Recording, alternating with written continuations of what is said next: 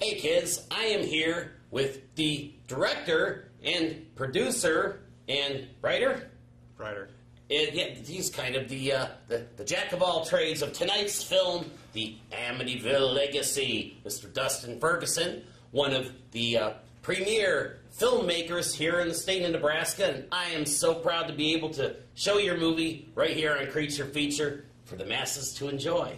It's an honor to be here. Thank you. Well, tell us a little bit about this movie here, Dustin. So, the Amityville Legacy, what was the whole idea about doing this? Now, I know that the Amityville Horror has been a very, very popular franchise there, so what made you decide to pick it up? Well, I'm a big fan of horror movies. Anybody that knows me can tell you that. I, in particular, am a big fan of the Amityville series. I kind of feel like in the last few years, a lot of the films that have come out aren't really in tone with the original Amityville movies. So it was kind of our goal to make something that was a bit of a throwback film, hence the title, Amityville Legacy. We shot it was at the beginning of this year. It took us about a month to film. Wow. Okay, now how did you go about the writing process for this?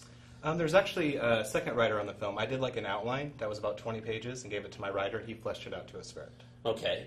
And you tried to keep certain elements, obviously, from the original. Correct.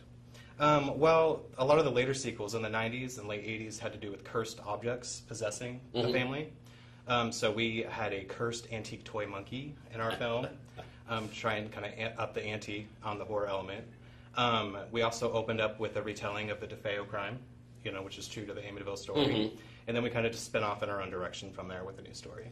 Alrighty. Now, how did you go about casting this? Because if my understanding is correct, you've produced quite a few movies here in Nebraska. Is that correct? Yeah. Amityville Legacy was number 27. Wow. I should have 30 films complete by the end of this year.